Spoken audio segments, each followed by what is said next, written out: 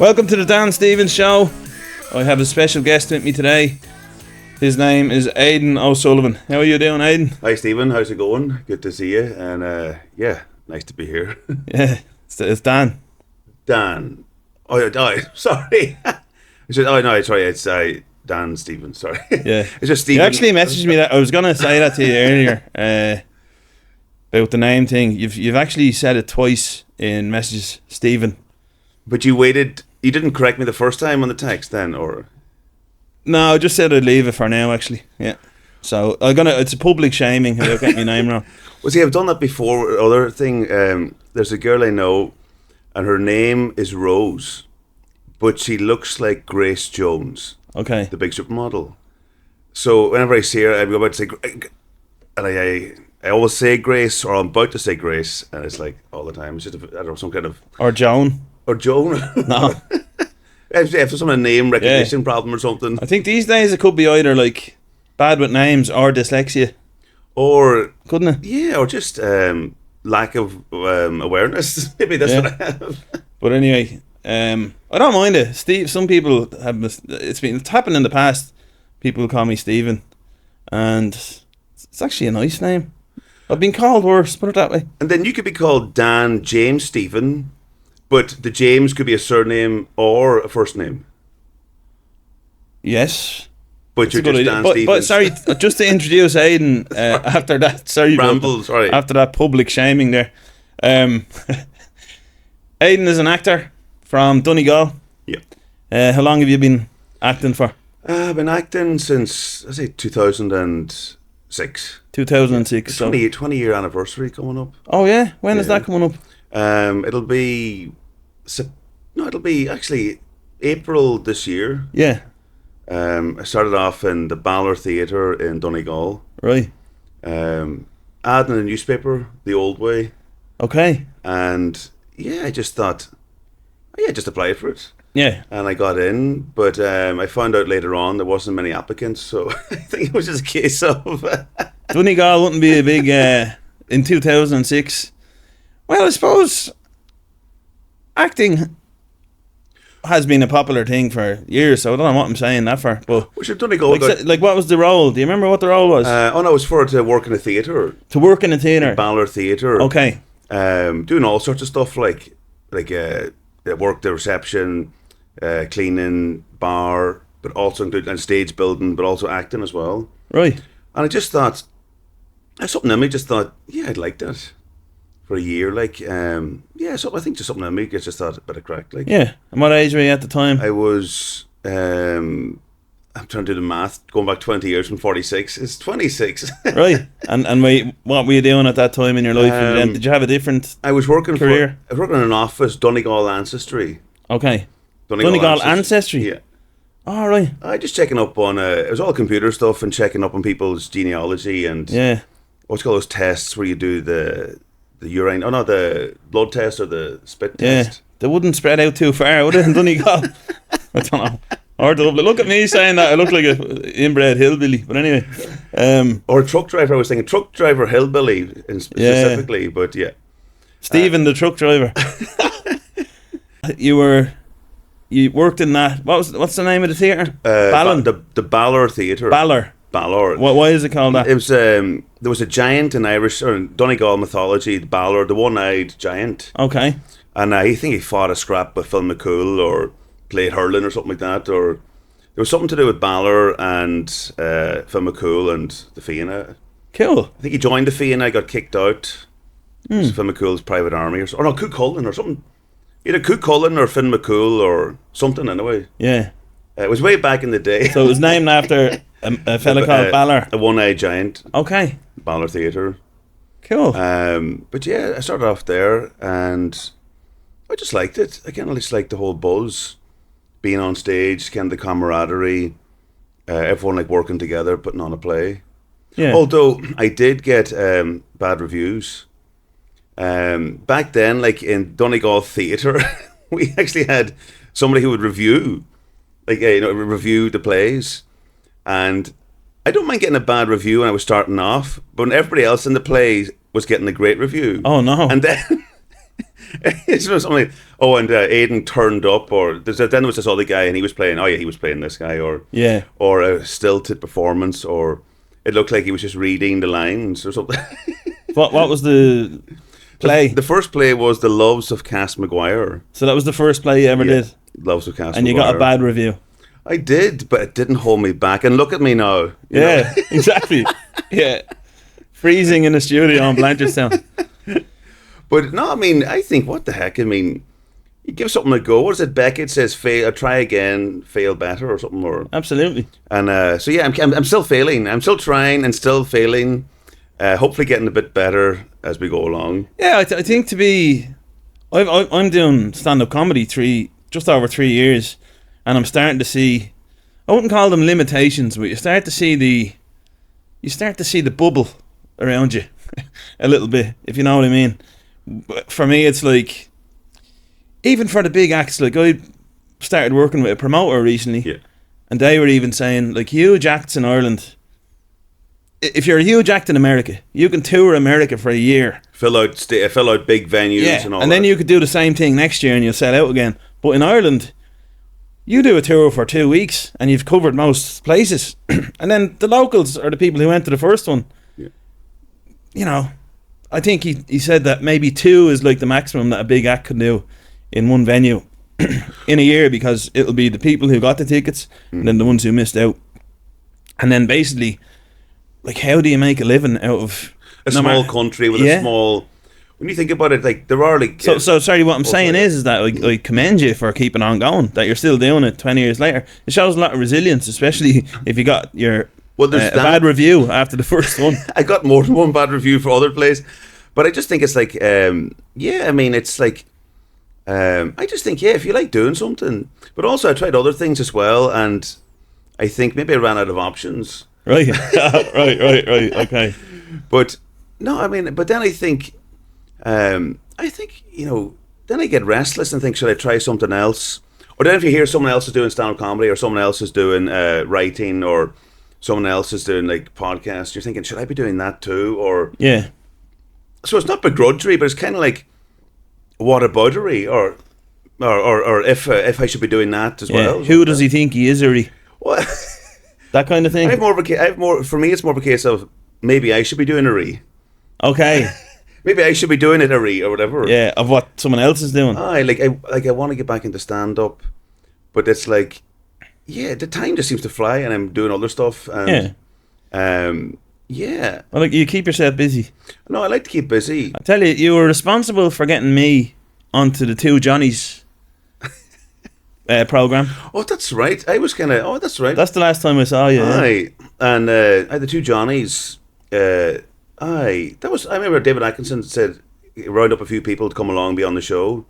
And you were on that there. They wanted people who look distinctive, or something like that there. But sometimes they say that, but you know, when some castings come up, like, we need people who are characterful faces. Right. I always wonder what that means, but it's like, yeah. But I thought you looked distinctive and characterful. Right. Whereas me, they didn't go near me because I just looked boring, I suppose. That's what it was. No camera going to me, no boring, and then just. You got the accent though. It's a distinctive Donegal accent. What was it like? That was good crack actually. It's amazing, right? We got free pints as well. Yeah, I had a coffee. Oh, that's right. Sorry, you got to get a coffee. I was driving. I had your pints. That's what it was. Did you? Oh, sorry. Sorry. Did Dan order a coffee? Oh, sorry. Oh, you might as well get him the coffee. I'll just take his. Some fella called Stephen got it. Did he? Oh, I saw Stephen guy. That's Stephen's pint. I'll give Stephen his pint. Yeah. But the Two Johnnies thing, they had a game called Dub or Culture. Yeah. And you got Hillbilly. They said no. He's neither. He's Hillbilly. Cactus Jack. They called me. On Cactus Jack there. Look at the mullet on him, and they looked at me runners, and at the time I was like, oh no, like, I got them for 12 quid on Team with them runners, but they're very white.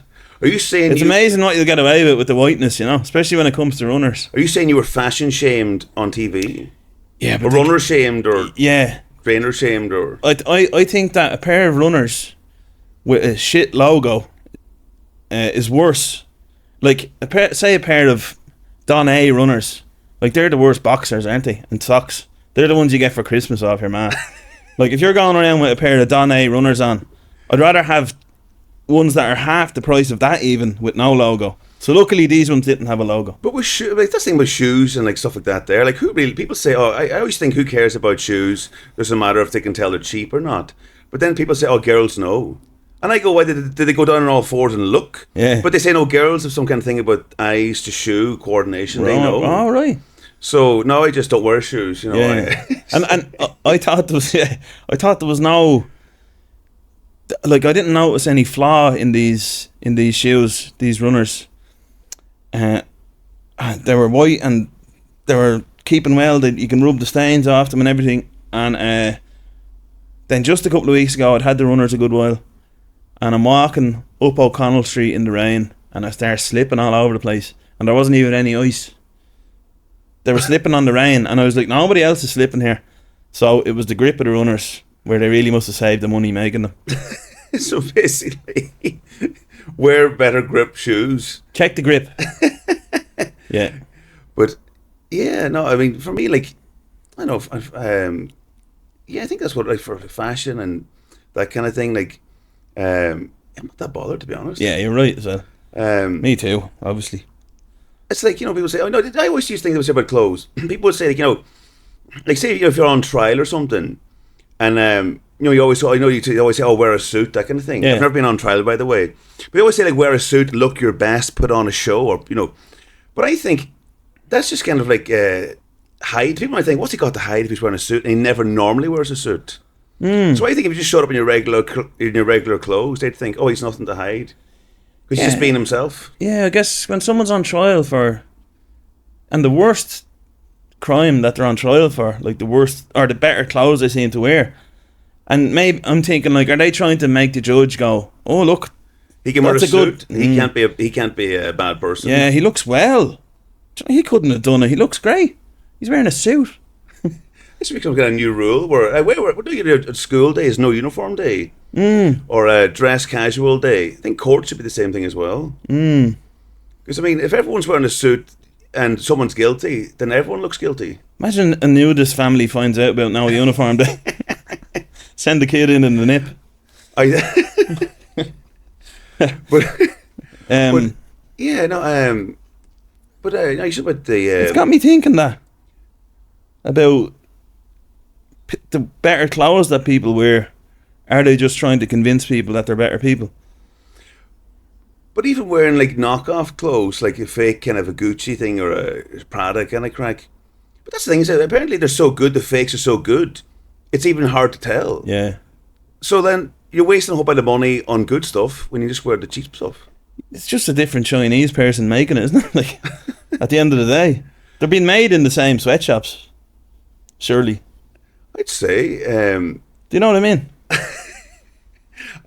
I'd never want to find out. But no, it's just basically, I've had the same. I mean, as regards clothes, bags, I have some of the runners I've had the same, like going years and years. Yeah. That means they're good runners, don't clothes as well. So basically, I'm not into clothes. Yeah, I wouldn't be too fussed either. I think on stage, though, as a stand-up, I'd be fairly conscious of what I wear. I know some stand-ups will wear like a get-up to kind of show the kind of personality kind of thing. Yeah. It's like a first impression thing. You want to give the first impression that suits the stuff you're about to say, I guess, so that it fits together. Or for me, it would be like I'm trying to do the opposite, but blatantly. So I'll wear like the suit and tie, ill-fitting. That's never gonna close, like, you know, ill-fitting suit. It's. I think you should have done anything missing his elbow patches. Yeah, patches on the elbow. I think what the suit.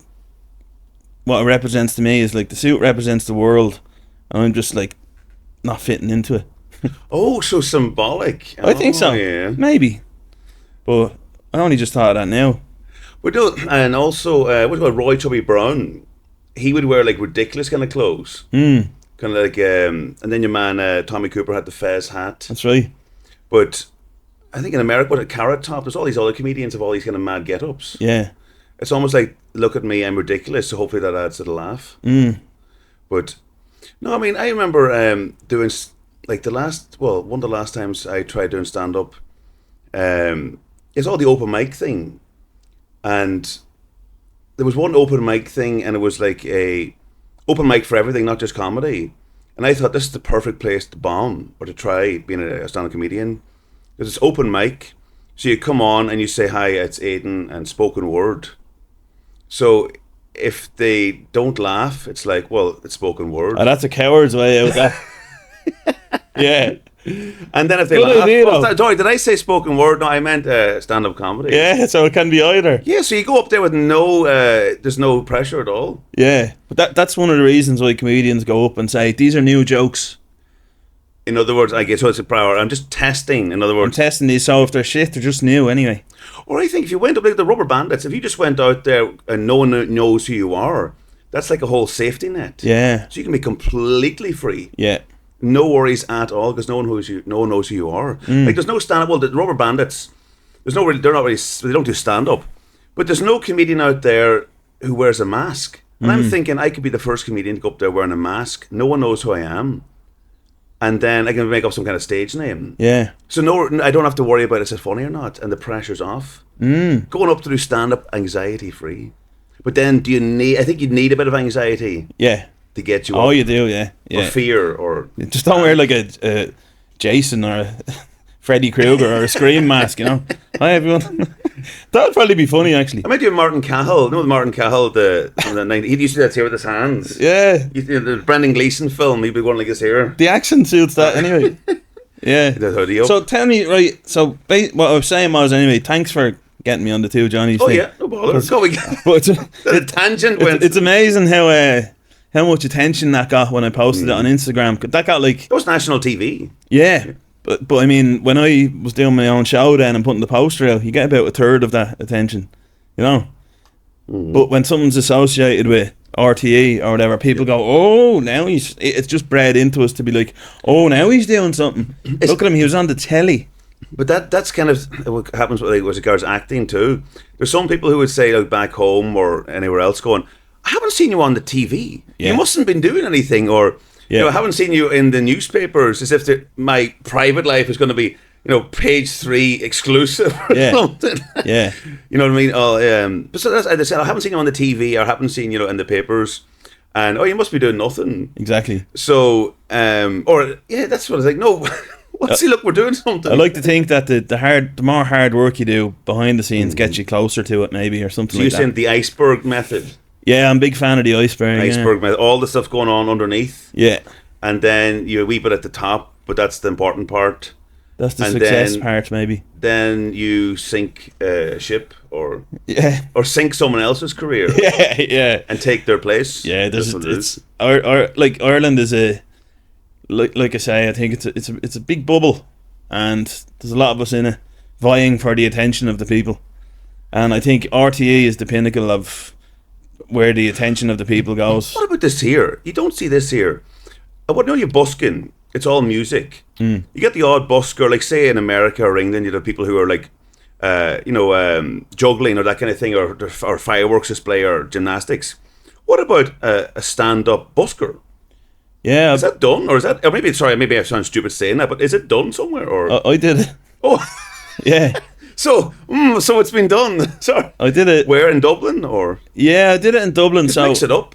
yeah, I was frustrated with the lack of stage time, the lack of open mics and everything. So I had a speaker and a mic attached to it, and a few people from Cheeky Monkey Comedy Club actually came around with me, and I set up first of all in Temple Bar, just on right in the thick of it. Did about 10 minutes there, and ended up getting asked to leave.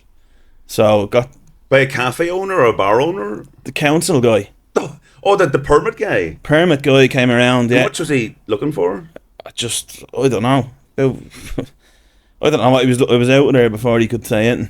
Then I went to Central Bank, there, where it used to be, them big steps on Dame Street, is it? All those bankers willing to throw all their money away to the struggling artist. Of course. Perfect place to go to. Yeah, I got moved on from there after about 10 minutes. Then I found... Enough for your set? Yeah, I only had about 5 minutes of good material at the time. But I got a little crowd there. I got 5 or 6 people there. Oh, you got the standard busker thing, the semicircle thing? Yeah. Oh, you've made it then. Yeah, and then I was moved out of there by the security of the What is that building now? It's now there's a donut shop, a sweet shop. Yeah. It's an everything. It's one of those work from the office with strangers place or something like that. Yeah, so they moved me off. They stood beside me, and That's all right. So they stood beside you and enjoyed some of the show. no, they were waiting for me to leave. Like they wouldn't physically remove me, right, but yeah. and then I moved up to Grafton But Street. did they laugh at all, or Yeah, because I started making fun of them out loud. at least in a sense of humour? Yeah. Or maybe they were rival up and coming comedians who were jealous. No, they weren't comedians. They were too fucking serious. Or Not generally done though. That was just me twice. I did it in Grand Canal Dock as well. How many movies have you been in? Well, let's get back into the film side of I'd things. say IMDb. Well, mostly short films, like Short films. mostly shorts. What classifies as a short film? I think a sketch is like 1 second, 5 seconds to 1 minute. Okay. I think a short is anything from up to like 20 minutes, I think. And then you've got like the feature films, which are like, it has to be like 70 minutes and up. And then you've got like the word is like medium films between 20 and 70. Oh, is there a genre of that? I think there is. There's a Medium few- films. I've been in a few mediums. Oh, right. I don't know, medium. What would be the most famous medium film? Well, I don't know if there's any famous like big budget Hollywood stuff. But a medium film I was a part of was Rock in the Sea. Right. I was production assistant. Another medium film was Galler, was an actor in that. They're both Donegal films. Okay. So I think there are, but mostly shorts or a lot of sketches, music videos, shorts, and a couple of features. So 70 is the minimum for a... I think legally or technically or... So that's why you never see a movie in the cinema under 70 minutes. Yeah. I'm surprised that medium length ones aren't more popular, especially these days with people's attention spans. Was he not for film festivals anyway? Because I think film festivals think a medium film they could put in like... if a medium film is like 25 minutes or 30 minutes or 40 minutes, they think, oh, I could put in like 4 short films in that time. So that's why it's hard for medium films to get into film festivals. Oh, right. And tell me, like, so in your... What's your hometown in Donegal? Letterkenny. Letterkenny. Yeah. And what was it like around the place? So you were 26, did you say? Yeah. When you started? What sort of reaction did you get from people in Letterkenny that you were starting to act? Was there any other actors in the town? See, nobody my age was interested in acting. There is a theatre in Donegal, but nobody in my age group was acting. My dad used to do amateur acting, I find this kind of funny. In Donegal, or I think in Ireland, amateur drama would be like Letterkenny Players, or the Donegal Players. But it's not like Playboy or playing around or playing the field. It just means acting. Right. So people say, "Oh, it was when a kid. Oh, your dad's in the Lifford Players." Right. It's like it wasn't some kind of a weird club. Yeah. It was all acting. Well, actors can be weird as well. But It's like running clubs are called the Harriers, aren't they? aye. They're not harrying anyone. Well, what is harrying carrying? Does that mean I think harrying is like it's not like harassing or? harassing, yeah. I'm Weird, join. Can I join the? Can I become a harrier in the all woman harriers club? Yeah, please, let me join. Let me Please, join. I want to harry with you, girl. I'm a really good harrier. Yeah, I don't think that's going to go down I well. am. No, you're not. I am. Who comes up with these names? I don't know. But these anyway, slang you were changes. saying that the Players is like a... Like amateur drama. So they call it like Letterkenny Players or the Lifford Players. Is the name of drama clubs. Yeah. Is Players. Players. Okay, cool. I think it's a Donegal thing. Or is it not? Is it because they play a role? And they're in right? plays. That's why. That's why I think that's it. Is that? Aye. Okay, was that obvious? It wasn't to me. But no, but it's mad the way slang changes. Like Yeah. for them, when the word player, when they first started using it, like Donegal Players, Yeah. like 1920s. But now, of course, if you say player to someone, it's like, oh, you play the field, or you're Yeah. a bit of a womanizer or something like that. Yeah. It's mad. Yeah. It's mad how words change. Definitely. Like in 50 years' time, microphone might mean something completely different. Yeah.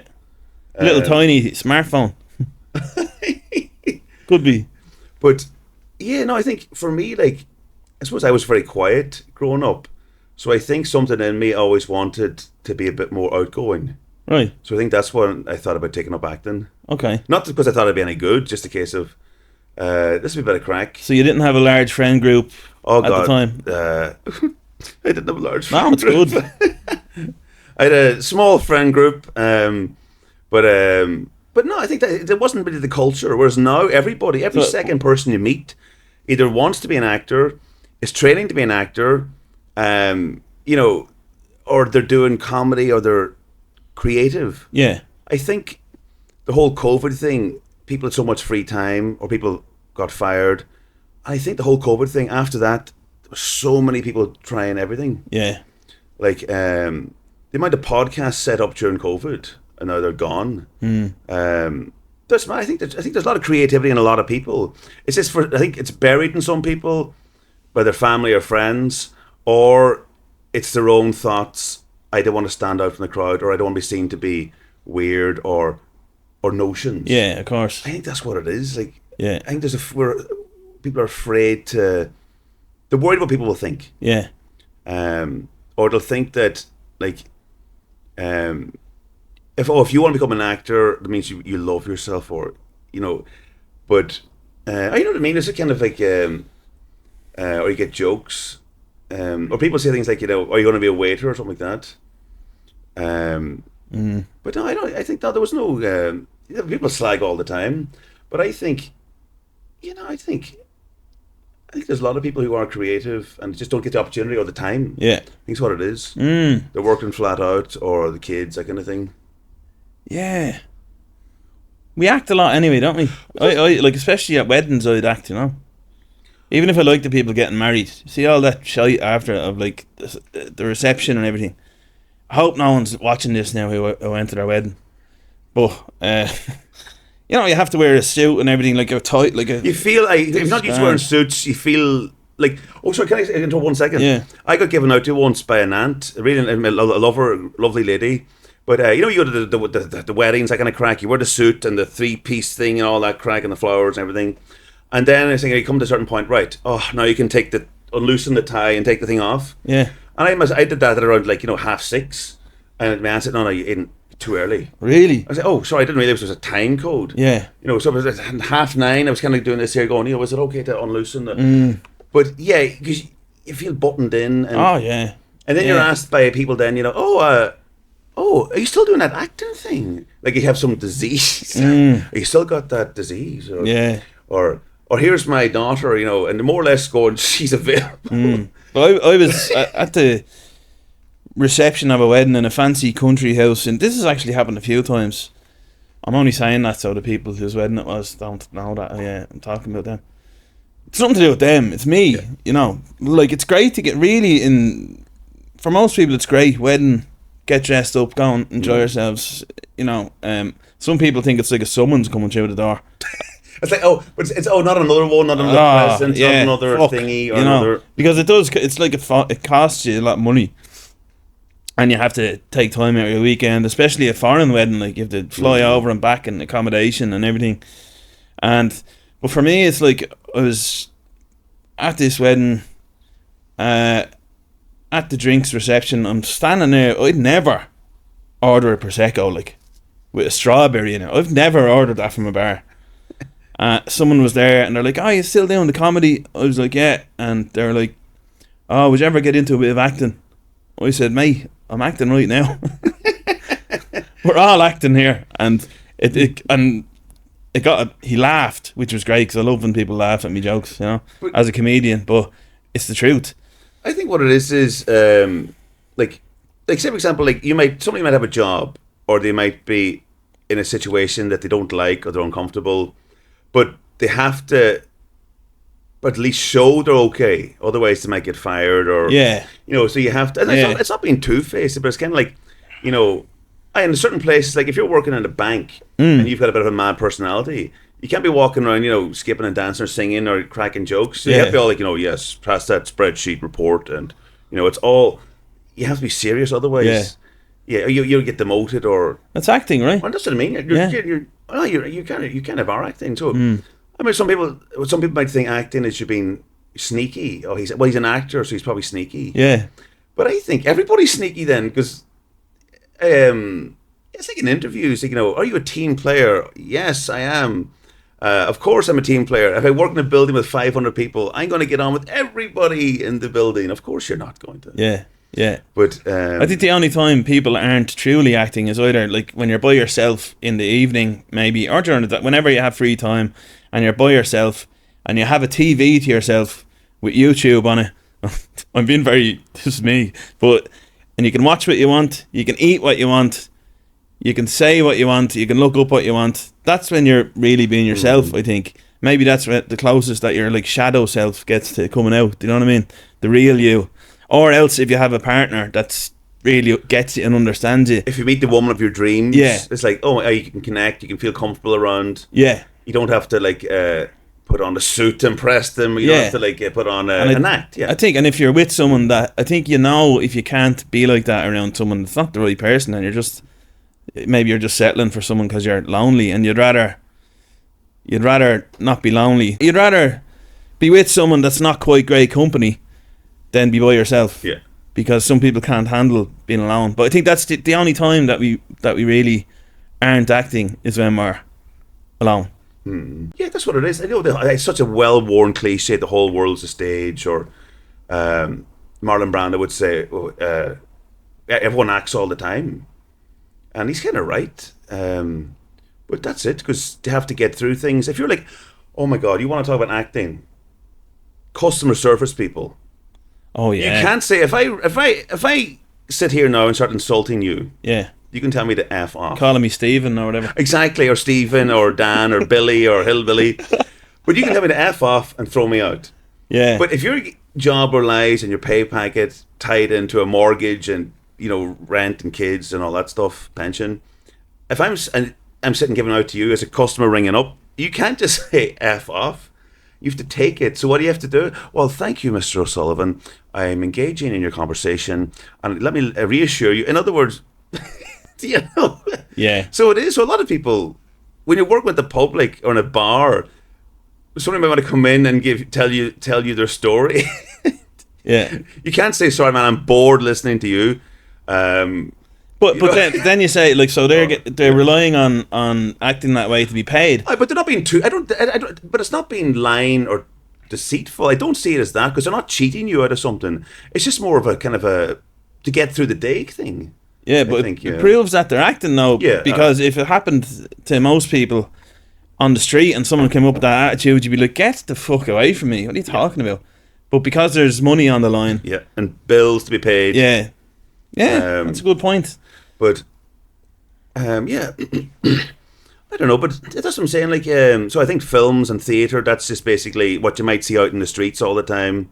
Because what is a film or a play? All these things that are happening do happen in the real life anyway. Yeah. Like a soap, someone's cheating on someone, or someone's burying someone in the backyard or something like that. Unfortunately, that does happen in the world. Yeah. So a soap and a TV show and a drama. So you'd play that one well. What, the guy being buried? Oh, I'm a great corpse actor. Yeah, I'm a great murder victim actor. Here's something that I've been curious about with regards. You've been on a lot of acting sets, and how do they, if somebody is killed in a scene, how do they make it look like they've stopped breathing without do they have to hold their breath? You know, when there's a dead person on the ground and they have to be in the shot for some reason for a certain amount of time, does the director or whatever go, right, stop, hold your breath, you're dead? Simple.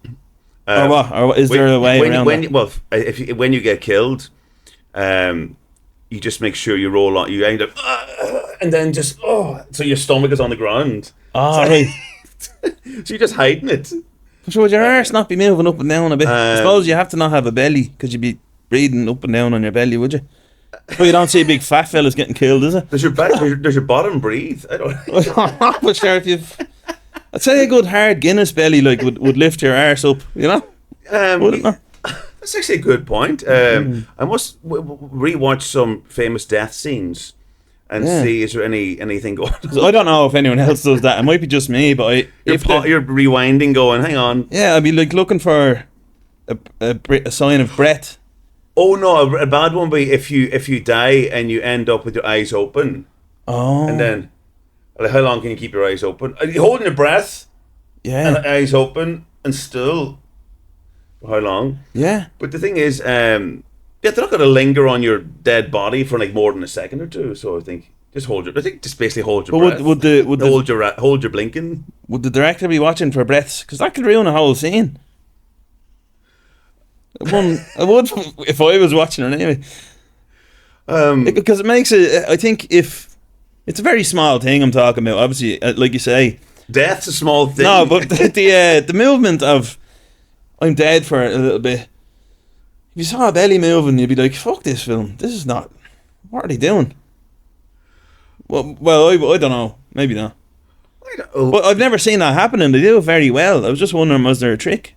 I don't know.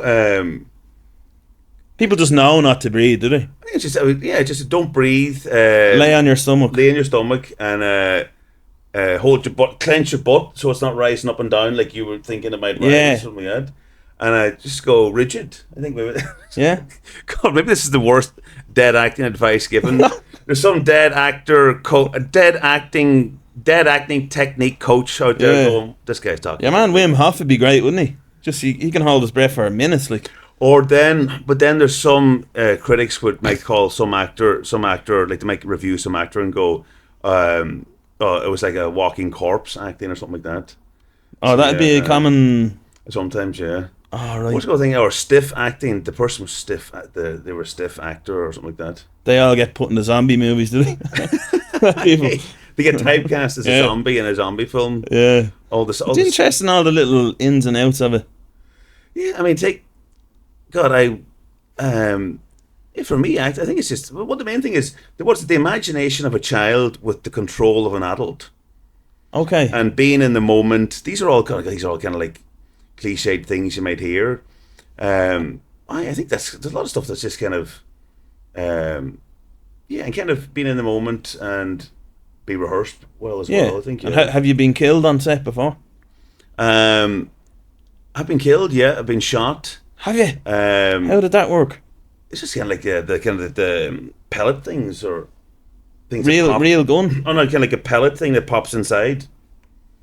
Kind of like makes it it pops here so that the blood shows. So how far away were you shot from? A couple of meters, I think. Yeah. And did the person have a real gun? Oh no, it wasn't like kind of like that kind of. It wasn't like a real gun kind of stuff. Well, no, a prop gun kind of thing that makes the noise. Okay, and then how does the pellet explode? Just a kind of a battery thing or something. Like someone presses a button or something, or Right. or you can press something and that goes as well. It splats. Does it? Yeah. A red blood pellet. Kind of a satchel or something, or That's how it works. or sachet. Oh, Blood. right. It's not like when I say blood sachet, it's not like a tomato ketchup sachet from from the takeaway. Not nothing like that. That's me after I eat a burger. I look like I've been shot. All the stains. But it's mad. Like you look at some of the old films, some of the like Zulu, one of the greatest films ever made, and yet the killing scenes. I mean, it's a great film, Zulu. It was made in the early '60s, but the killing scenes where the Zulus are stabbing with spears, because back then they didn't have what they have now. It's literally, it just shows the blood tip spear tapping the guy, and then he just gets a smear of blood. And he goes, "Oh!" Yeah. So it's a great film, Zulu, but the effects are like Yeah. Not great. not the best. But yeah, But I think that shows if a storyline is good enough, then people will overlook that. oh, exactly. Like Zulu, like Yeah. Zulu's great. I mean, if a film, I mean, it is great acting, Zulu. If a film's great, that's basically the main. Yeah, I thing. mean, they've never. Jaws is my favourite movie of all time. And in Jaws, it was made 50 years ago this year. They used a real shark, mechanical shark, and they named it Bruce. They had an absolute nightmare with it. It kept stopping working, and it wouldn't work in salt and seawater. Or something like that, yeah. And they've never created anything half as good as that with technology since. But that's the thing. I think that comes down to the storyline. And it did look real, and it was the fear that they created with water in the movie. You know. But the thing is, Steven Spielberg says that in a way he was kind of blessed that the shark was shite. No offense to Bruce, the shark, But what he means is, if they had had the shark like working really great, the shark would have been everywhere. Yeah. But the fact that you just see the underwater, or it shows those yellow barrels going, it leaves it to the imagination going, oh my God. The imagination is going. Look at the power of that shark pulling them barrels under. But things like, it's like the unknown. What is the greatest for me? If you go into the ocean now, you're still thinking, what's the unknown underneath? Or if you see the shark coming towards you, well, oh, it's a shark. Yeah. But if you don't see the shark, but you know something's under, whereabouts is it? That's the scarier thing. Yeah. But if they were to like remake Jaws now, it would be, the shark would be every 1 minute, the shark would be there. Like the shark would actually probably walk onto the boat. The shark would be talking. Yeah. In other words, there'd be no mystery. There'd be no tension. There'd be no atmosphere. And that's the good thing about Jaws. You forget how shite the shark looks, because the tension's great, the acting's great, the storyline's great, and you don't even realise the shark looks shite. Yeah. But that's actually. But what I mean is, now sometimes you're watching the film now, and it's like, I'd rather watch a shite, like a mechanical shark, than watching like a film. And next thing you go, hang on, this looks like a computer game. Yeah. Or this looks like graphics. Yeah. We look at like old movies where they had a real stunt person, and you know, okay, I know that's not Harrison Ford. I know that's not Arnie Schwarzenegger, but I know it's a real person. Subconsciously, you're watching the movie. This aren't, but you know there's somebody there.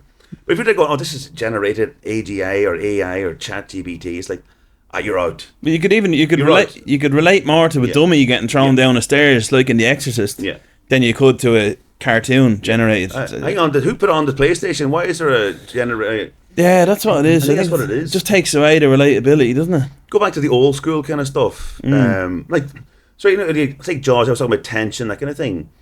For me, like horror films, I love horror films, but not gore.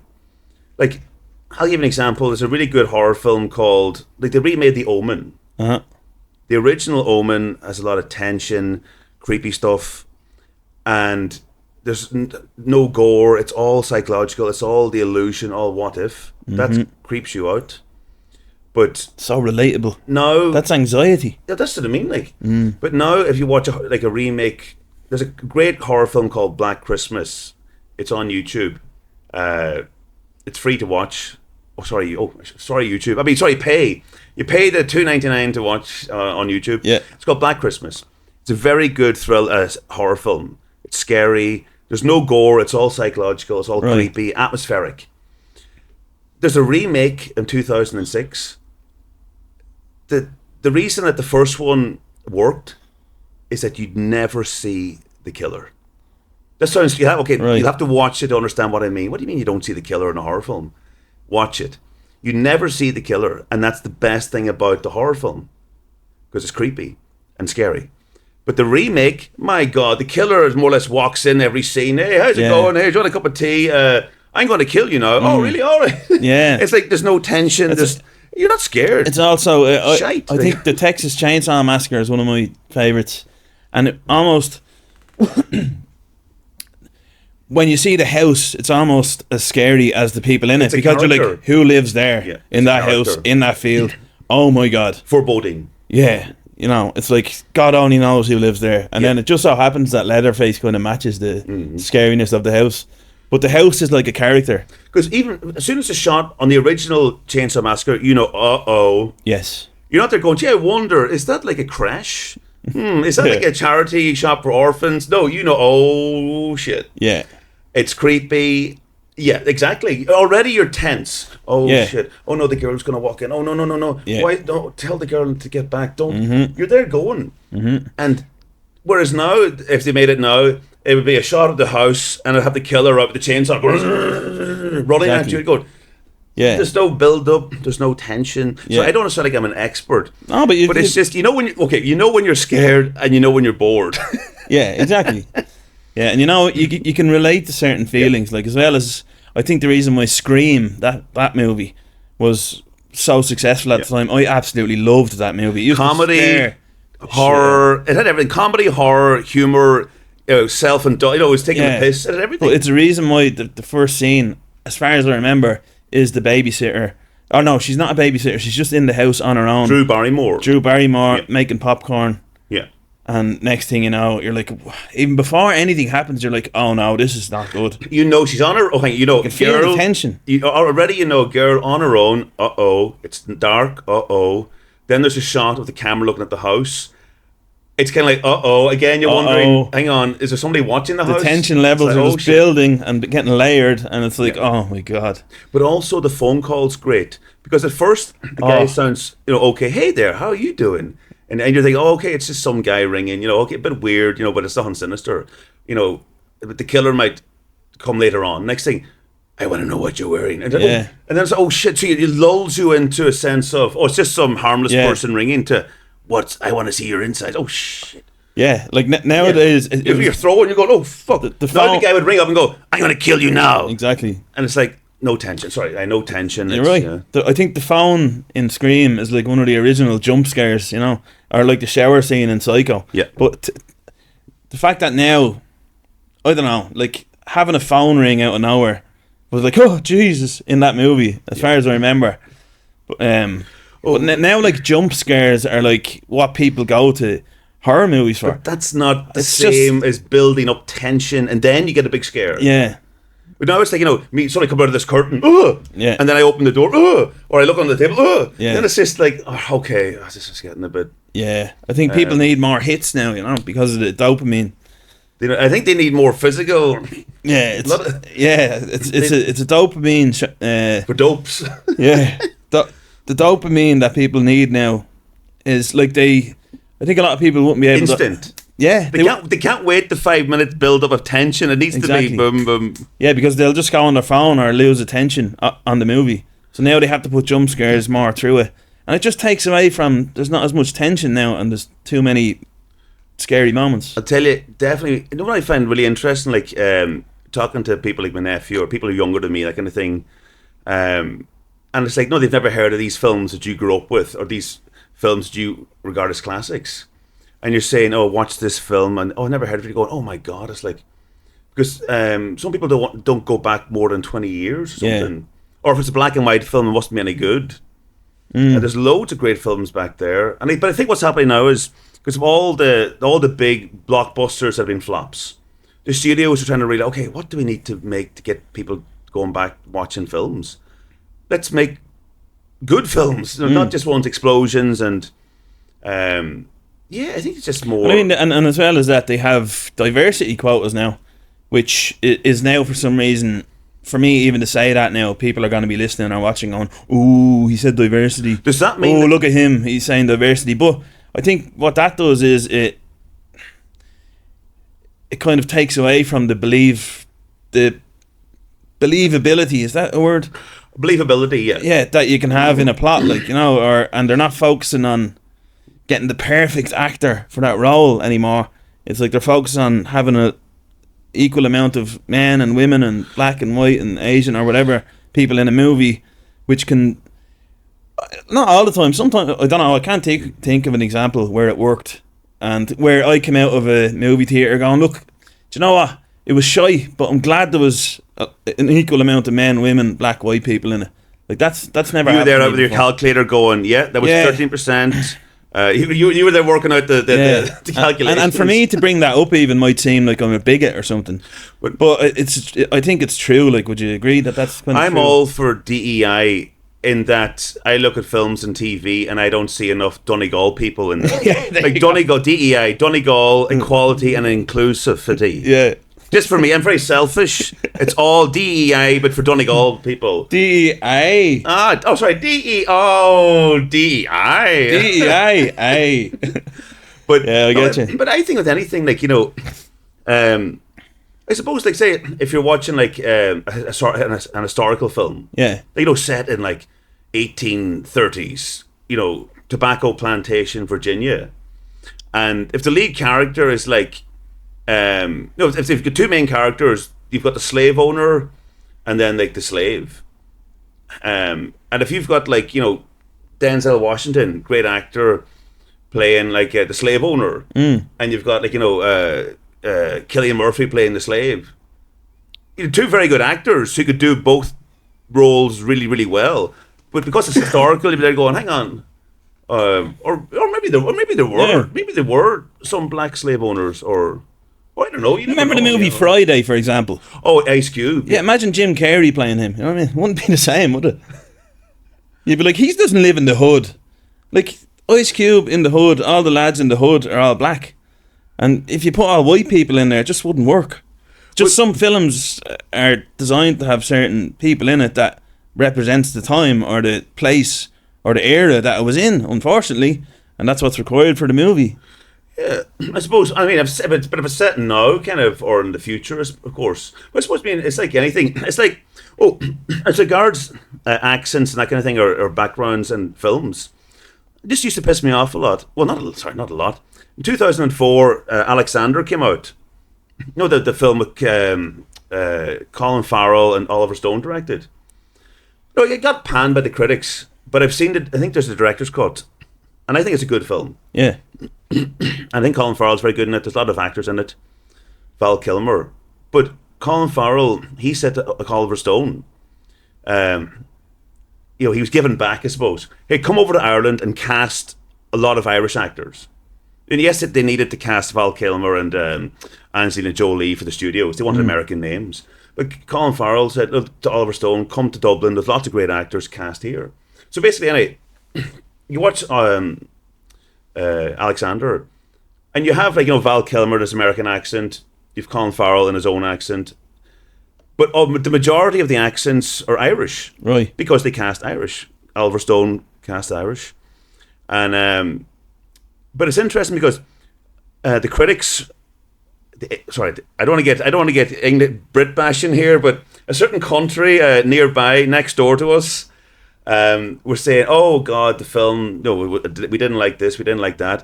And what was so unbelievable were those Irish accents in the middle of ancient Greece, and then they're going, in ancient Greece, did they speak with RP accents or English accents or Cockney accents? Who the hell knows? There's no recordings or podcasts from ancient Greece. There's Alexander, the Bleeding Deadly. But to be honest, I kind of find it endearing. There's a great scene where Miley, who was from Glenroe, the famous actor Mick Lally. There's a great scene. I love it. And when I say I find it funny, I'm not knocking Mick Lally. I'm not knocking his acting. I don't mean that. I just think I love the scene. He's a horse trader, and he's gathering up the horses and everything. He's very good. But his accent is Mick Lally. So it's kind of like, hold it there, no. Come on, no, the horses. Oh, look at there. But I don't mean, when I say mean funny as in it's not good, I mean just, he's very good. He's a very good actor. He's dead now, but I just think this is kind of cool. Like, a Mick Lally accent, and he's in ancient Greece. Yeah. Whereas the English critics said it should have been like, all right, bravo, round up the horses, or it's kind of stupid. True. Like, but so I don't think that would throw believability having Irish actors. So there's American actors playing Shakespeare roles, and you know what I mean. So it's like, But anyway, basically, Donegal, equality, inclusivity. Yeah. Casting directors, please. DEI. So just a little side note here. So Miley from Glenroe, his real name was Mick Lally. Yeah, Mick Lally. I think it was Galway. Did they just join the first half of his first name and the second half of his last name to make Miley? That could have been it, yeah. That could have been it. I'm not really sure. I remember when I was a kid watching Glenroe, there was Miley and Billy. His first name wasn't Simon, he would have been called Silly. Well, would have been... That's a good... But would have been great crack when Colin Farrell brought Oliver Stone over to Dublin to cast. Been great crack if Oliver Stone had just cast like everyone in Glenroe, or everyone in Fair City, or everyone on just random Yeah. Or do what they did for Father Ted, go into all the comedy clubs in London and go you. Oh, that's what they did. You. That'd be class, that. Yeah. Oh, interesting chats now. I'm going to ask you a few questions, just not quick fire, but just to finish us off here. Yeah. I have 4 or 5 questions for you. We might have actually gone through a couple of these topics already, but I just wrote these out before, stuff that I was interested in asking you. Before I do that, I just want to say, If you're watching or listening on Spotify, please follow and rate 5 stars. It really helps the podcast. If you're watching on YouTube, please like, subscribe, share, all that stuff. Also, please donate to buy the guests a coffee. You bought Aidan a coffee today, so fair play to you. And Thank you. So thanks for that. So please do that. It helps the podcast. And yeah, we'll go ahead now, and I'll ask you a few questions. Again, thank you very much for being with me today. No bother, my pleasure. You made it happen. You were supposed to come a few times. I cancelled. You were pleasantly eager to come on. You messaged me a few times. You were the victim of cancel culture. I cancelled, I think twice. Sorry. No, it's You were cancelled twice, but now you're uncancelled. So yeah, good. So here's 5 questions for an Irish actor. So, what's the favourite movie or favourite thing that you've been in and that you would recommend people to watch? I suppose. No, I'd say. Well, we're still working on it at the moment. I'm really enjoying it. Husband Hunters. It's a comedy web series. Myself and Craig Moran, another stand-up comedian. We have our own relationship maintenance experts, and we're husband hunting. So husband goes on the run. Who you going to call? Myself and Craig, and it's great crack, bit of fun. Yeah, and yeah, on YouTube, right? Yeah, on YouTube, The Husband Hunters. Yeah, I've watched it, and I would say it's so bad it's good. I watch it because you know that it's supposed to be silly. It's ridiculous. Don't take it seriously. Oh God, no! It's messing around. It's funny. Please do not take it seriously at all. No, it's good. Although I'd say some people would like to call you to. It's when the husband. I won't give away too much, but husbands who are on the beer, who've gone too far on the beer for the weekend. Rogue. Yourself and Craig Moore and chase them down. Who knows? Maybe the Department of Health or Family Get Together, Stay Together department. I don't know. They might take us up as a campaign. Yeah, so keep the families together, kind of thing, or don't cheat on your husband or your wife, or don't leave. Yeah, you're enjoying that. Yeah, enjoying that project. Oh, it's great crack. Create your own. Getting a couple of 1,000 views as well. Oh, it is. So which is great, which is more than this gets. So well done. It's you can tell that you put a lot of care into making it. You get a few other comedians around on the scene to act in it and stuff. Got a few comedians on it. That's the thing. That's what I find. It's such a small community. When you're casting, you go, gee, who'd be good for that there? Mm-hmm. You just know straight away. Yeah. No, it's good crack. Yeah. Very good. So Husband Hunters on YouTube. Check it out, guys. When is there 2 episodes so far? There's 2 episodes so far on YouTube. When can we expect the 3rd one? Episode 3, post-production, all that kind of crack. It's going... Done, filmed, everything already? Yeah, no, it's going well. And the episode 4 is mostly filmed. A few more things to sort out. But we've got lots of plans. So will we say it's going to be out in the springtime? Episode 3? Yeah. Yeah, it will be out by then. Very good. Lots of more being written and in the process, yeah. Yeah, you can see Aidan in action. Who's the most famous person you've met? And I'd like to know your favourite and least favourite famous movie actor that you've met. So we'll go with who's been the favourite so far. Favourite actor that I've met? That's been the nicest, the soundest. Like working with? Working with, or just met at awards nights, or on the scene. I suppose the most famous anyway, or would have been only briefly, was Lawrence Fishburne. I guess, a small speaking part in a film called Astronaut, or The Astronaut. And I knew he was in the film, and I have a small scene with him. But it was mad. I just went into the hair and makeup place, and of course it didn't take much long to do me. Like, guys take very little time. I came in, sat down, and I heard this familiar voice to my right. And put the gown on you, and the next thing, the hairdresser or the makeup lady Lawrence, so this is Aidan, he'll be doing the scene with you. And he was just right beside me in the makeup chair. And it was kind of, I don't know, the whole kind of thing, inferiority complex comes in, or imposter syndrome, or that kind of crack comes in. It's like, How long into your career were you? This is only about over 2 years ago. Okay, right. Just over 2 years ago. But very polite, very friendly. And then afterwards, we did our scene and rehearsal. A very small scene, like, by the way. But then afterwards, there was coffee, like, and thing. But it was kind of weird. After a while, when you get over the shock, it's just like chatting to anybody. Mm-hmm.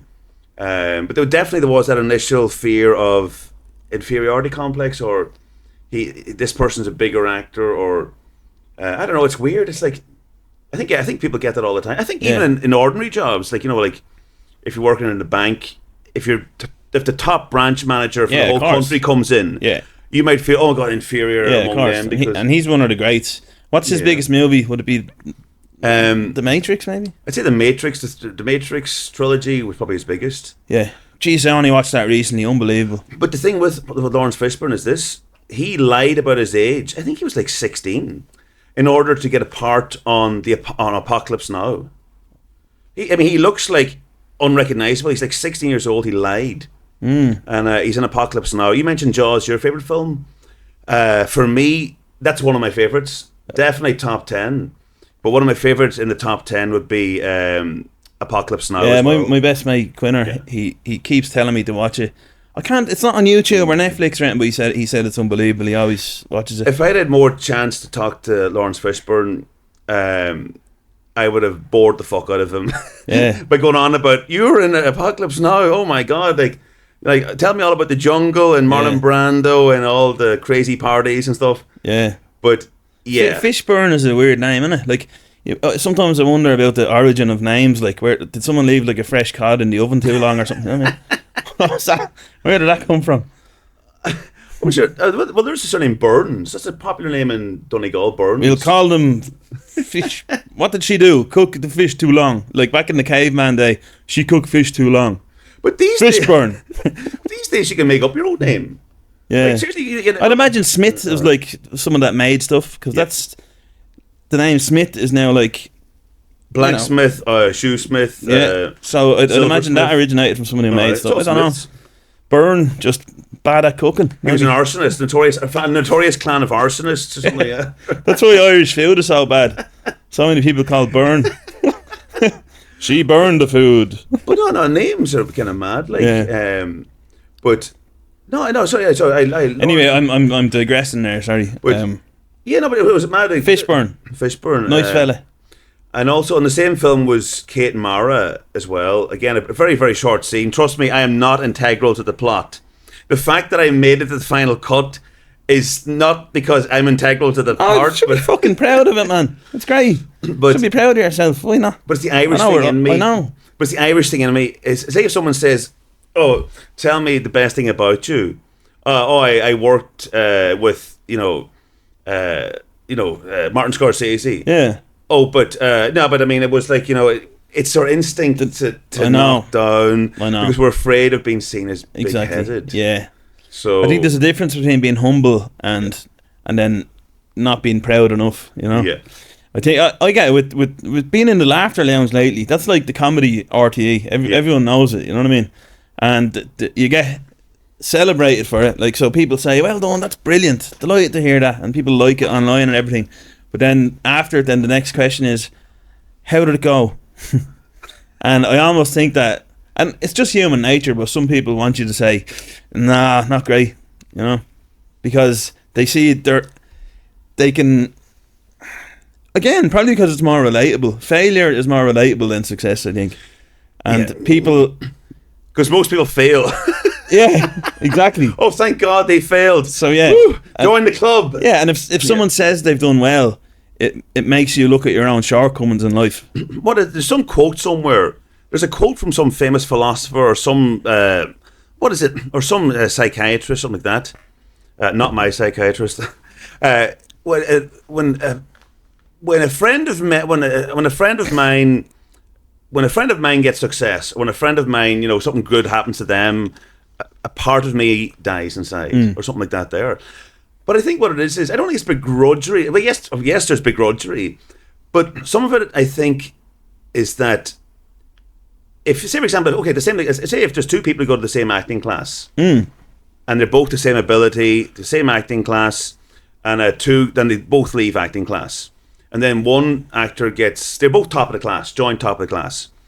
Then one actor gets signed some big agent, and then 2 days later, they're on a film with Brendan Gleeson. Mm-hmm. And the very same actor, the same ability in the class, they leave, and they don't go down that trajectory. And then part of them must be going, not begrudgery, but kind of going, God, is it me? I mean, am I bad? Am I something wrong with me? But I think that's what it is as well. Mm. But then if the person gets fired from the Brendan Gleeson movie or whatever, it's not that they go, oh, thank God they got fired. But I think there's part of us going, oh, wow. You know, not make you feel better, make you feel more like everybody else or something. Yeah, or, I think there's always... You know, it's hard to explain, but I think... yeah. failure always has a more interesting story attached to it as well. Yeah. I think that's why maybe people like to talk more about failure, because it's more interesting and relatable. Because it's like, if it goes well, that's the way that it was supposed to go. Mm. But if it goes badly, then it's like, ooh, you know, like if the Titanic just sailed past the iceberg, that movie would have never existed. And it'd be boring, the Titanic. I was on a Titanic, big deal. Yeah. Yeah. Nobody would even be talking about Yeah. it. But it crashed and loads of people died, so now everybody wants to know. But That's a great boat, is it? Yeah, who made it? Well, fair play to them. Like, what next? That boat crashed. Let's make a movie about it. Leonardo DiCaprio, Kate Winslet. But when you think about it, but say for example, yeah, but if you're going to watch a film about somebody, there has to be a struggle. If you're watching a film if you're watching a film about a manufactured pop band, and they're made from lots of money and lots of stylists and PR people, and they're made overnight like that, it's like it's a very boring film. But then if you're watching a film about a rock band, like I know the Beatles, of course, they started off as the Quarrymen. They travelled around Germany. They were told, you're useless, you're shit. There's no future in musical instrument bands. That's way more interesting. The struggles. Exactly. Oh my God, because most people, they might want to say, I want to be an actor or a musician, but don't get to that level. Yeah. But watching the Beatles, they're going, well, I can identify with the Beatles up until 10 years, up until they become huge successes. Yeah, exactly. So that's where the identifying is. Yeah. And then when they die, we'll celebrate them. But other than that, fuck them. Like, I enjoyed the Boyzone documentary, speaking of which. And that's big because Stephen Gately died, and remember? That's right. Sorry, he died. He died. Right. And he was, when they made the comeback, they were about to make the comeback, and he died in a apartment. Everybody presumed drink, drugs, but it wasn't it. But that's the thing with documentaries. Okay, say for example, like say the Boyzone documentary, I've seen bits of it. So what I'm saying is this: like, I'm not interested in like a lot of sport, or I'm not interested in like lots of things. I'm not interested in gardening.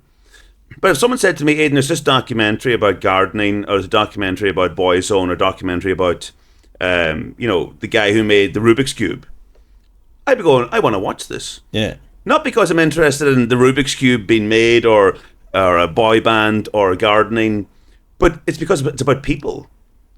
And like, there's always conflict with people, or there's always different things. It's like drama again. Yeah. A documentary is like a drama. It's just real. Mm-hmm. So it's like, it could be a documentary on people who collect stamps, but there's always going to be the guy who, there's a bit of conflict between them, or he might be really funny, and he might have a really interesting story to tell. So even though I have no interest in stamp collecting, the people around it are just something about them is interesting. Yeah, exactly. Yeah, and relatable. Yeah, relatable. I think that's what makes things successful. Exactly. So speaking of the Boyzone documentary, like this is probably because they're really protective of Stephen Gately. The lads, of course, the memory, Keith and especially, and your man Shane. Like, and I remember them saying in the documentary, like, yeah, he's our little brother and all. If anyone says anything about him, they were a family. When you think about it, you're together like as a band for like 10, 15 years, you become a family. Yeah. But I was thinking, like, I started listening to "Love Me for a Reason" again. Yeah. It's a great song. One. Oh, I love that song. Oh, all the candles. If I was a health and safety officer on that music video, all the candles, all the robes, the drapes, I'd be shutting that music video down but in a church with wood. That was their first hit. And if people didn't know, didn't even suspect that Stephen Gately was gay nobody would have cared. No, but his chorus, when he sings in it, kisses and caresses, he has a really gay voice, like. and you can you know what I mean. I suppose. And they even give him the line. He goes, "Between a woman and a man." It's like the ultimate cover up. And I didn't want to say that on the podcast. I'm afraid of Keith and your man Shane. They might, if I released a clip or something, and then they'd bait me. You know? Hang on a second. I think Keith Duffy and Brian McFadden from Westlife have their own podcast. Do they? I read somewhere before they have some sort of a... He was my favourite, by the way, Stephen Gately. Just had a really gay voice, singing voice. And it was interesting. And it stood out from the rest. What's interesting about Stephen Gately is that he comes from the same place as Jim Sheridan. Oh. I think they're both Sheriff Street. Right. So both working class Sheriff Street guys. That's right. He's a fucking legend, Stephen Gately. Stephen Gately, and then Jim Sheridan. That's my Sheriff Street. Yeah. For me, Sheriff Street's one of these interesting places where I think it's a very old school neighbourhood. But then like Jim Sheridan, Stephen Gately. I think your man, the Parrot footballer, Troy Parrott. I think he's from Sheriff That's right, Street as well. What a street. So yeah, that's one of those streets where it's like all these people coming out of sport, music, film. Yeah. But no, it's man. No, it's how people come from different backgrounds and then join up and make bands. Or I know. I'm always interested how bands get together. And somehow it don't know. It doesn't really anymore. It's the area has been gentrified, but it had a very. He's from Sheriff Street. Ooh, you know, but now it's like they're from Sheriff Street. What a great street, and and the people it produced. When you think about it, like I always wonder about nurture v nature. Like, say for example, like if you're born, like say if you're born in a certain place, is it the family that bring you up? To in other words, the people you're surrounded with. And then you become like a successful, I don't know, astronaut or something, or is it are you born a certain way, or a bit of both? That's always wondered me. Like that's psychology. There you're getting into. Sorry. So that's a whole different. I have a whole book about that. I'm more likely to be on the other side, getting the psychology treatment, not giving the psychology. No, but it's an interesting question. Definitely, that's why psychology is such a popular. Subject in colleges and stuff. That's the type of stuff you go into, you know. Money's good too, so I hear. Yeah, well, it's good. Yeah, it is. Not when you're training to do it. It's very expensive because you have to pay for your own therapy and stuff. Yeah, I personally think that most of the people that go into psychology courses are pretty badly in a pretty bad psychological state themselves. But the thing, I'm not slagging them off. I'm saying, or have been through a lot in the recent past, and that's what makes them capable of helping other people. But they are lunatics. No, what I find really interesting about psychology, sorry if I'm going off point, but what I find about psychology interesting is that I've been to therapy, nothing major, just you know, I've no problem saying that. But then me too, I do it every week. Yeah. Oh yeah, all right. Bereavement counselling. I know, but anyway, continue. I think it's what the heck. I'm not one of these boys don't cry people. I cry all the time. I'm going to cry after the show. But what I find interesting is that I remember talking to one of the psychiatrists or therapists, and we were chatting. Oh, so what are you going to do? What's for your plans for the day? You don't just chit chat to get to know them. Yeah. And he said, "Oh, I've got off to therapy," and I'm going, "All right, jeepers. You mean going off to do like another like session like this?" No, I mean I'm going to therapy as in getting therapy. And I was like, why? I was like, why? You are a therapist. You know everything. Yeah. And he goes. And he made a joke. Well, I've just sat down with you, but he was joking. But what he meant was that, and I found this out then. Therapists, they of course have to go to therapy too, because even if their life is going plain sailing, if they're listening to lots of different problems and lots of different things for a whole week, they have to talk to somebody too, because it gets into their head. Yeah. And I never thought about that. But I never thinking there's some sort of a chain. Or say if I'm the therapist and you're my, and then I'm talking to you. Oh my God, a whole week of Dan Stephens. Yeah. God, I need to go to therapy. So I go to a therapist, and then that therapist has heard me offload that. And then they go to somebody, and then they go to another therapist, and then is it like a circle? There must be a therapist. There's probably a therapist's final boss. But their own therapists are their own best customers. Yeah. I'm sorry, it just had me thinking it's like. Yeah, I don't know. My dad, for example, wouldn't be a big believer in therapy. He's like, have a few pints and no, not even just like I deal with it my own way, and it's like I respect that. as well. Mm-mm. I don't know. I think there's. I'm still deciding whether it's right for me or not. You know, I don't know if it is. I'll give you something, an advice. You know the expression, like, no, I think I've come to a conclusion now. You know, like when you're young, 20s, people say, "Oh, they meet up for a drink or meet up for a whatever, or coffee, or meet up for something." And you know, when you're young, it's like, "Oh, you just meet up for a bit of crack." Oh, Dan texts me for a meet up for a pint. But I think for a lot of guys, that's just the precursor. I think you think you're meeting up just to want to hang out and have the crack, but I think there's a lot of people, like mostly men. I think it's changing, but a lot of men would just say, "Oh, let's meet up for a drink. Oh, geez, chat about the football, or oh, chat about the whatever." But I think for some guys, it's their secret way of getting cheap therapy. In other words, I'm lonely, I'm sad.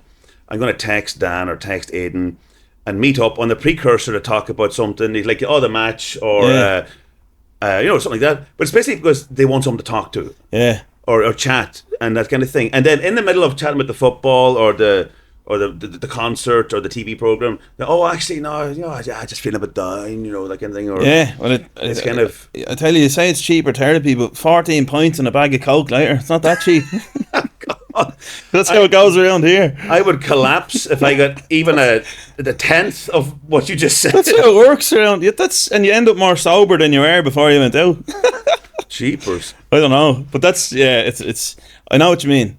I get you, and you're right. I think it's but to a limit. But then people can, and I think it kind of adds up to what you're saying because they have so much need for escapism that then they take it too far and they drink too much and they just don't want to go back to the real world. And it's like, yeah, let's stay out longer. They don't want to go back to the missus maybe, or they don't want to go back to their bedroom that they're sleeping in their parents' house or their own house alone. So I think you're right. It is. But another thing as well is I've noticed about this as well is say I live in Dublin City or Harold's Cross, but I find like where I am there's a sitting room and nobody uses it, so it's kind of cool. Well, no, people use it, but I mean it's. There's no TV in it, so there's no communal room where people don't go to the sitting room to watch TV. Everyone's in their own room because everyone has their own TV. Yeah. So the sitting room, it used to be the case of years ago when I lived in Dublin, you go to the sitting room, everyone's hanging out there, but now everyone hangs out in their own room. So you might see them in the kitchen, "Hey, how's it going?" But there's no real kind of chat. Yeah. And it's not a homeless shelter, is it? But not yet. Sounds good. I might be there soon, maybe. I'll join you. I might be there soon. But then talking to other people, so I'm lucky in that I have a sitting room. But then you talk to other people who are renting, and it's like, "Oh, we've no sitting room." And I says, "Oh, what do you mean there's no sitting room? What house is built with no sitting room?" "Oh no, there is a sitting room, but it's changed into a bedroom." Oh, okay. So basically, you can't call over to the house because you're not going to sit in your mate's bed. Yeah. And he's sitting on the bed, and you're like, "Oh, hey, we're sitting on the bed together, but we're just friends, and we're not gay." So it sounds weird sitting on a bed. So they've no greedy bastard of a landlord, but there's no leave a bit of sitting room. But there's no sitting room to sit and chat. Yeah. Or invite friends over. And if you can't go to the kitchen, hey, call over to my kitchen and stand there by the cooker, and your flatmate's cooking. Yeah. So then everyone just goes to coffee shops, and I find a lot of coffee shops are they're small, they're cold, and it's they're noisy, and it's not homely like a sitting room. Yeah. And you're forking out like €10 for 2 cups of coffee or whatever. And I kind of feel like I think that's what's missing in Dublin. It's like just call over to my sitting room. Yeah. Because all those people, all culties from outside Dublin, we don't have like a family homes in Dublin. So yeah, I don't know. It's that's what it's missing. Fireside chats. Us culties have no sitting rooms in Dublin. Yeah. Please donate use of your sitting room to us. Culties, so we can we should put it into the donate to this into the DEI equality. Donegal equality. DEI. No, you're dead right though. That's a predicament. And I think it's very selfish of whoever owns that building to take away that space. But then I think again, it's just maybe they need to pay off their mortgage with the mortgage and that thing too. Maybe. You never know. But no, that's.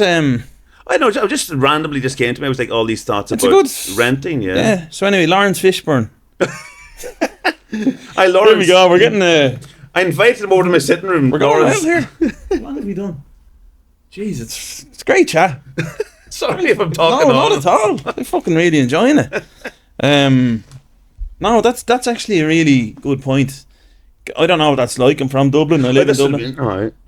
And I know I've played Gaelic football with a lot of lads who would be going to university in the city or somewhere in Blanche. And they're sleeping on couches or garden sheds or... Yeah, so what, like, if you could think up like a space for them, would it be called, you call it the sitting room, and you can get tea or coffee or whatever, and people meet up. Well, there used to be a great place called the Clockwork. Well, that's a cafe. Door. We just have to describe it there. You reinventing the wheel. You're reinventing the cafe. Yeah. Although, but it's cultures only. Aye, cultures only. But I just think coffee shops, like there used to be a great one called Accents, near St. Stephen, between St. Stephen's Green and Camden Street. It was like the Friends coffee shop. You went onto a ground floor where there was a coffee area, and then you went downstairs and it was like a sitting room, couches. It was like the Friends coffee shop, couches, bookshelves, and you kind of felt like you're in the sitting room. Yeah, it was kind of cool. I think the whole problem is that because the price of rent is so high in Dublin now, you can't just have a place. Everything has to be operating for profit. Yeah. It can't be operating for a nice function like that. You want to hang on, which takes the soul out of a society. That's what I mean. Like, say, if you walk into a it's so annoying, like, or this thing where you go into some hotels, like, and I say or some places you go in and you order something, and for like 15 minutes they come around going, would you like something else? And it's a bit a hint of you buy something else, but someone else wants to sit here. It's like you've been here like 15 minutes. Yeah, that's I think in other places. In other words, it's about profit. It's not about coming along and having the crack, meeting up and being a community. It's the case of we want your money, F off. Yeah. But some places aren't like that. But there are a lot of nice pubs and still a lot of nice coffee shops in Dublin. But even though trying to, I had an incident recently where I had a comedy gig booked in a pub, and they gave me a date and everything.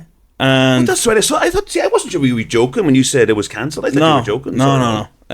That's the problem with my sense of humour. Oh, everyone did. When people get it, they get it, but then everyone else is just confused. Your nickname should be the Wolf. You say something, you're joking all the time. Then when you say something, you're actually serious, like your gig was cancelled. People joke on the Instagram, oh, ha, ha, ha. And you're like going, you sick fucker. The boy who cried wolf. Aye, well, exactly, because I thought you were joking too. Yeah. You could be ringing up your doctor going, I'm dying, I have a heart attack. Oh, ha, ha, ha, and they hang up. Yeah. Anyway, what happened was, and this is a general thing, with the best space for stand-up comedy in Ireland is function rooms in pubs is perfect space for stand-up comedy, but it's also perfect space for local events like christenings or local football clubs have an event or whatever, and they get a guaranteed number of people in there. It's like, we're booking for 100, we'll pay you for that, and then they get the profits from all the drink as well. But because they're under that pressure to pay their own rent and to pay their own costs and to pay their own taxes, you book a comedy show there and you haven't sold enough tickets and you're not guaranteeing enough people in the door, they will just cast you aside for that party and then you're gone. So just like anywhere, pubs are the same. They want to have as many people in the pub buying drink and paying their bills as they can at one time, and whatever else is, there's no room for arts or for comedy or for shows in that place if there's more money rivaling it. And that all, I think, comes down to costs. It comes down to rent and everything, and I understand the publican's point of view as well. There's no point in moaning about them. It's just the way it is. And in fact, a pub that's accepted your comedy show and in the first place, I think it's nice of them to do that, and then you can kind of understand when they, although it's bad for me and for all the people that were going, but it's just the way Ireland is, and there's not enough space in the costs for stuff that's not completely about profit, in my opinion. I mean, I get it. I understand like a business is business. Obviously, they have to make a profit, to pay staff and pay their own wage, that kind of thing. So, but yeah, okay. Another pet hate would be, sorry if I'm ranting, but as regards, like, I find, and you go to some pubs, and they might be a great pub, great location, great staff, great atmosphere, great everything, and then come 8 p.m, they whack up the volume, and then you end up, you might be in a table like this here, But you can't, like, you're shouting across to the person there, and then you might be a group with like 10 people, but you can only end up talking to like one person. Yeah. But then it looks like you're trying to kiss them because you're shouting in their ear, and it looks like you're trying to kiss them or get on top of them, but just roaring in their ear, and then they're roaring into your ear, and I just think it's very antisocial. You know, I don't sound like a party pooper. You can have music, but not. The focus should be music in the background, and if you want to chat with your mates, because I've been out nights out before, and I've just left because I thought this is ridiculous. I'm shouting across at you, and you're going what? And after the third what, you just pretend you've heard them. Yeah. Because how many times can you say, "Well, sorry, what did you say there, Dan?" And then, sorry, can you speak up? And you're there, and then Then you're just sitting there looking at each other like, I know how's it I give going, up as well. I give up. I know what you mean. But I I'm understand. like, but then I understand. Some pubs would say, "Oh, that's because we want you to less talking, more drinking." Yeah. But then I'm thinking the whole idea of a pub, you can do both. You can have people drinking, buying drinks, and you're making a profit, but also let the people there like talk and have a laugh. Because it's hard to have a laugh when you can't fucking hear what we're saying. I think it all comes down to like You can do both. You can have music, but not blaring. It all comes down to the government. They're taxing too much. Then it's putting the squeeze on the businesses. They have to put up the price. And then they're putting the squeeze on you. That's how it goes, you know. And then they're whacking up the volume so you drink more so they make more money. And if you're not going to drink, then you can leave. We'll get someone else in that's going to drink. You know what I mean? But yeah, that's and then people get disillusioned with the pub and they don't Exactly. go, and then pubs close down, and then people have nowhere to go. I was having a great time up until about 8:30. Then the music came on and the band came on. Again, a ridiculous situation that happened once. I won't name a pub, but it was a lovely pub, nice pub, and nice decor, all the rest. And then the band showed up. They were a very good band, but again, the problem was the volume. Whacked it up. And then you had this ridiculous situation where it was freezing cold, it was November, and you had this pub, like the bar, then you had the band, then you had the space in between the lounge and like for dancing or seats. And everybody, the only people in the bar were the band, I'm not exaggerating, were the band and the bar staff. Everybody else eventually moved out into the smoking area so they could talk and enjoy themselves and have the laugh. They could still hear the music, but the reason they left was the music was so freaking loud. I mean, it's like they were playing. It's like the band were playing the Croke Park. People were shouting, and everyone just left. It wasn't like, "Hey, this is too loud. Let's leave." It was like kind of thing. Everyone just left. Oh no, I almost said orgasmically. I mean organically. In other words, then they could go outside, chat, freezing cold, but they could talk and have fun, and also they could hear the music in the background. And I was saying, well, I was kind of tempted to go up to the band and go, "Sorry, can you just turn up the music a bit, because we can't hear you outside." And would they even cop it, or are they deaf, or is it a pub policy to? But it was just a weird situation. Freezing cold, everyone outside in the smoking area, and all this empty space. Yeah, It was like, it was kind of stupid. But people have this, you know, especially when they get a drink or two into them. I think people want to talk more than they do dance, you know.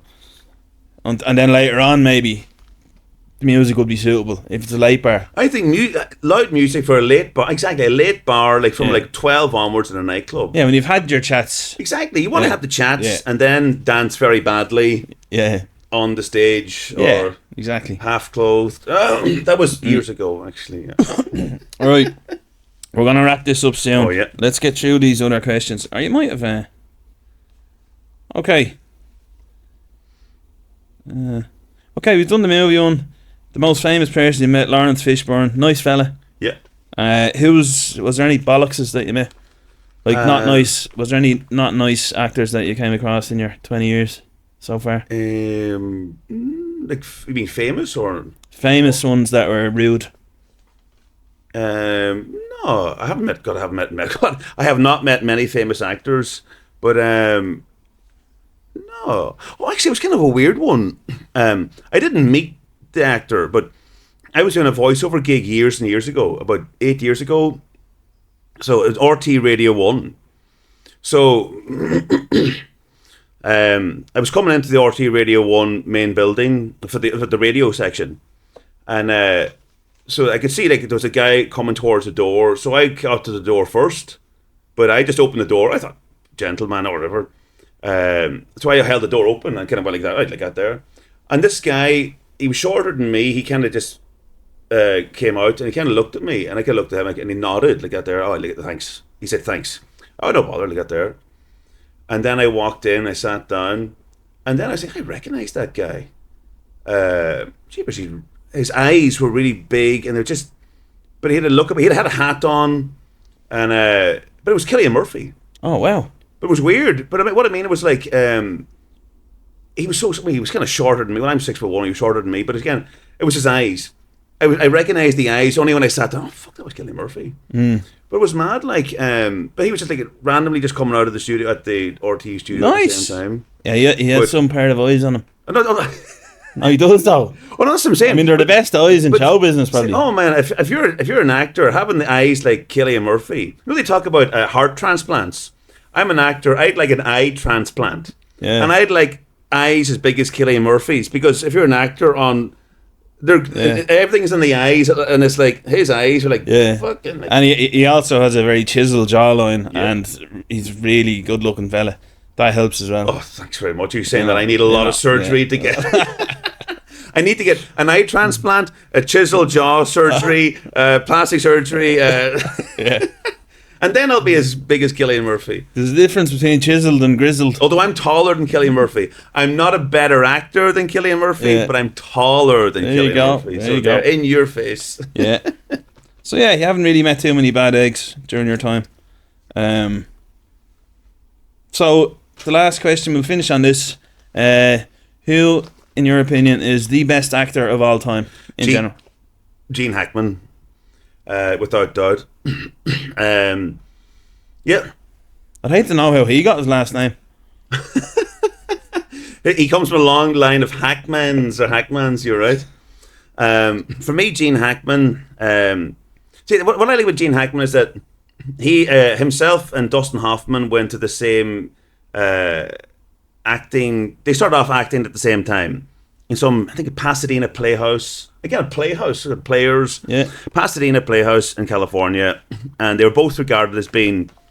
They both regarded as not having much of a choice.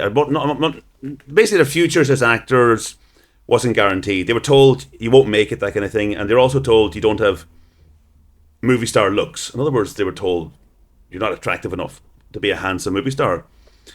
But for me, Gene Hackman...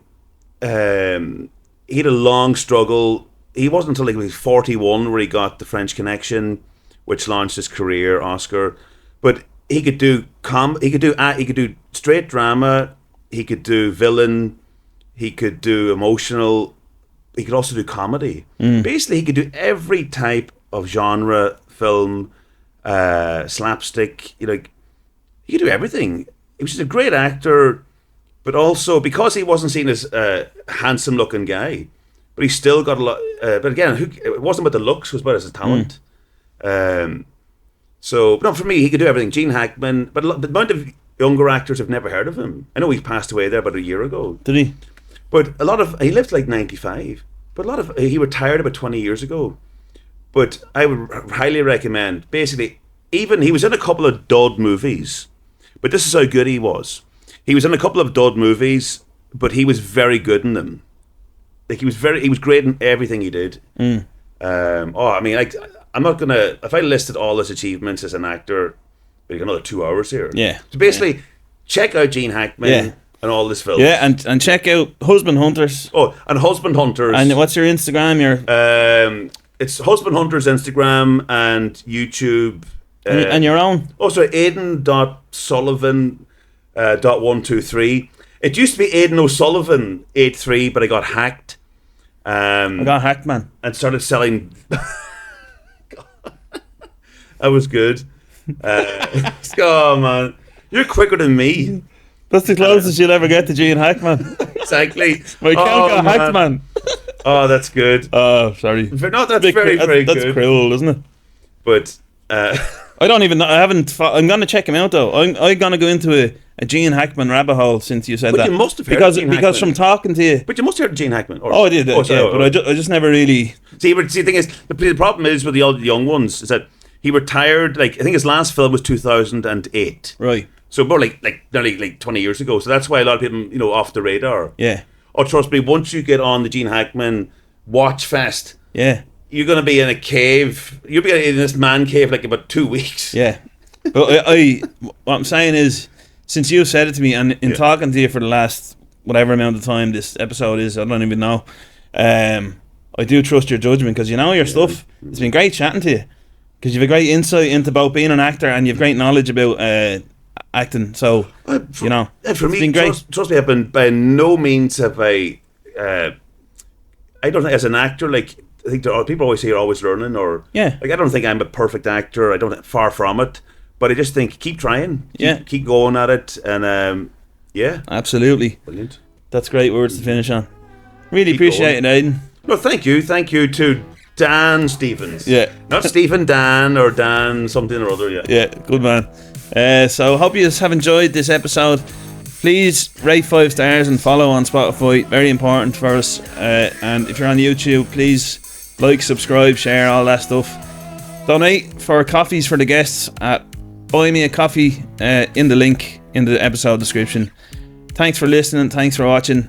See you again on the next one. And thanks again, Aidan. Thank you. Good man. Thanks, Dan. All right.